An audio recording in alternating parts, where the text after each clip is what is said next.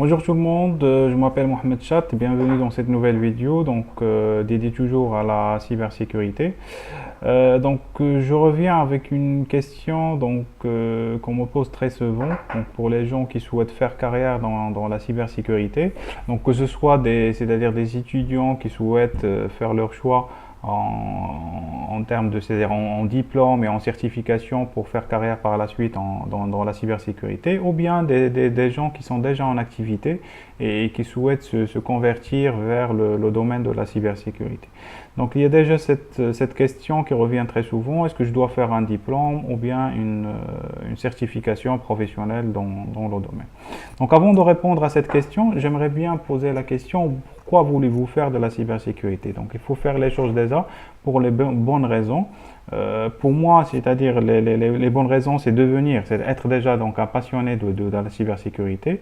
Donc j'ai déjà fait une vidéo dans ce sens pour devenir un professionnel dans la cybersécurité, faire les choses pour la bonne raison.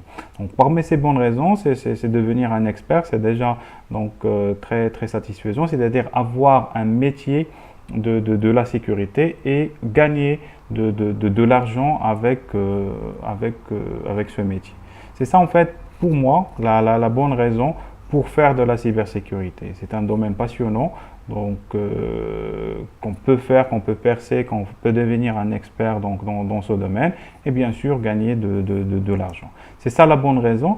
Pour la mauvaise raison, et qu'il y a beaucoup de gens c'est-à-dire j'ai remarqué beaucoup de gens qui essayent c'est-à-dire de prendre cette voie qui n'est pas vraiment et totalement correcte dans la mesure, on trouve déjà par exemple un étudiant qui souhaite, qui cherche du travail, qui a fait c'est-à-dire du développement par exemple, il cherche du travail, il n'a pas trouvé, il voit que le domaine de la cybersécurité ça marche très bien, donc il essaie de devenir un professionnel de la cybersécurité rapidement pour pouvoir trouver un travail, il essaie de faire des formations par-ci par-là, des formations faciles, nous allons voir par la suite donc les différents types de formations. C'est pas vraiment la bonne raison. Pourquoi? Parce que ça, de un, ça va pas c'est-à-dire faire les choses comme ça rapidement, facilement, ça va pas vous donner des résultats satisfaisants. Donc que ce soit en termes de job, vous n'allez pas trouver un travail vraiment très intéressant, que ce soit en termes de salaire aussi, donc ça va être très moyen. Mais si vous essayez de faire les choses proprement, c'est-à-dire pour devenir vraiment un expert et non pas juste faire quelques petites certifications faciles et essayer de trouver un travail vous n'allez pas durer dans le domaine et les perspectives d'évolution, etc., elles seront très limitées. Donc essayez de faire les choses vraiment pour les bonnes raisons, c'est-à-dire pour devenir un expert, pour acquérir un métier. Donc la cybersécurité, c'est un métier à part entière, qu'il faut être passionné pour le faire. Et bien sûr, il y a la satisfaction matérielle qui vient avec, qui est tout à fait légitime. Voilà, donc je reviens à la question certification au diplôme.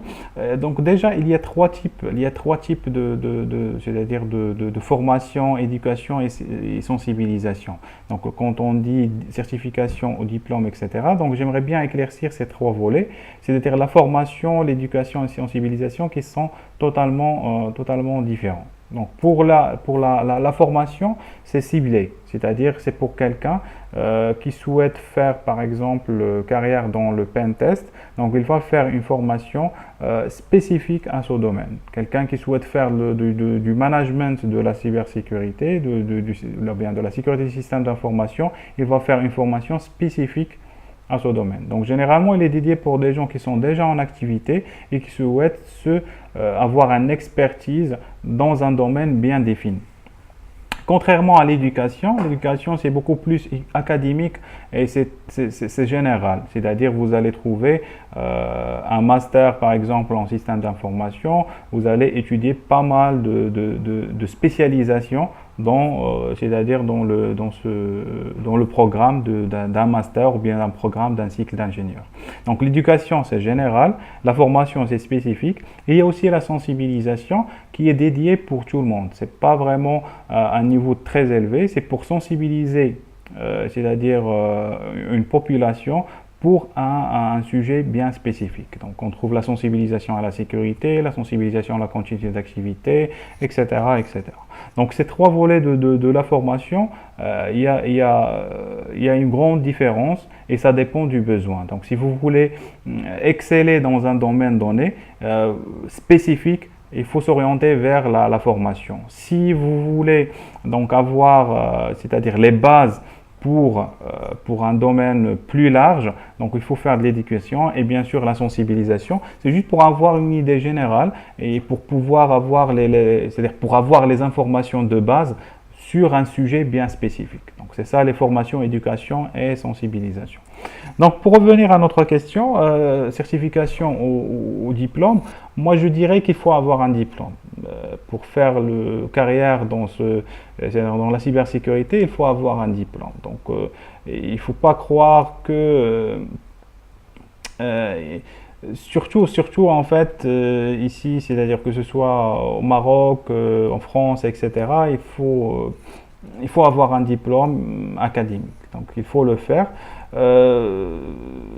Un diplôme, un bac plus 5 en ingénierie, un master, etc., il n'y a pas de problème. Pour moi, c'est-à-dire si vous faites comme l'a dit tout à l'heure, l'éducation c'est général, c'est-à-dire si vous trouvez un master dans la spécialité, c'est bien. Si vous trouvez, c'est-à-dire un diplôme généraliste dans les systèmes d'information, etc., c'est encore mieux.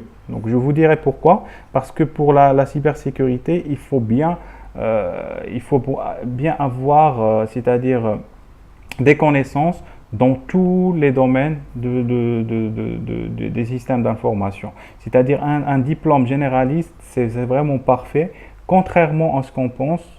Et le fait d'avoir un master en cybersécurité, c'est pas vraiment le top c'est-à-dire pour devenir un professionnel, c'est-à-dire par la suite dans le domaine. Pourquoi? Parce que ça va cibler que des domaines dans la cybersécurité, alors que c'est pas suffisant. Donc les gens, c'est-à-dire un professionnel de la cybersécurité, il doit avoir des connaissances dans tous les domaines dans le domaine des dans les systèmes d'information. Et vous allez le voir, donc en exerçant ce métier, vous allez devoir comprendre pas mal de domaines autres que c'est-à-dire les domaines de systèmes d'information. Vous allez devoir connaître la finance, la comptabilité, pas mal de domaines qu'il faut comprendre et avoir des petites idées, des idées de base dessus. Donc il faut avoir un diplôme, d'accord? Sauf pour les pays, par exemple les États-Unis, etc. Donc c'est les certifications qui comptent. Mais à mon avis, il faut le faire. Il faut le faire. Vous pouvez avoir votre diplôme, un bac plus 5 et après vous pouvez passer à autre chose parce que vous allez en avoir besoin par la suite. Donc il faut avoir un diplôme, ça c'est la première chose. Spécialisé ou pas, ça c'est pas vraiment, il n'y a pas vraiment une grande importance. Donc vous pouvez avoir un diplôme généraliste, il n'y a pas de problème. Donc il y a une petite faute de généraliste, mais c'est pas grave. Voilà, donc après les certifications, ce qu'on dit, c'est la formation. Donc la formation, vous pouvez avoir, moi je ne me limiterai pas donc aux certifications, moi je dirais donc dans le sens le plus large. Donc il y a la formation, donc qui cible, on a bien dit, donc un sujet bien spécifique dans le domaine. Il y a de l'auto-formation qui est très importante. Donc, la cybersécurité, vous ne pouvez pas avoir un niveau, je dirais, expert, un niveau international sans l'auto-formation. Il faut s'auto-éduquer, faire des recherches, faire c'est-à-dire chercher l'information par vous-même et essayer de la comprendre par vous-même. C'est très important.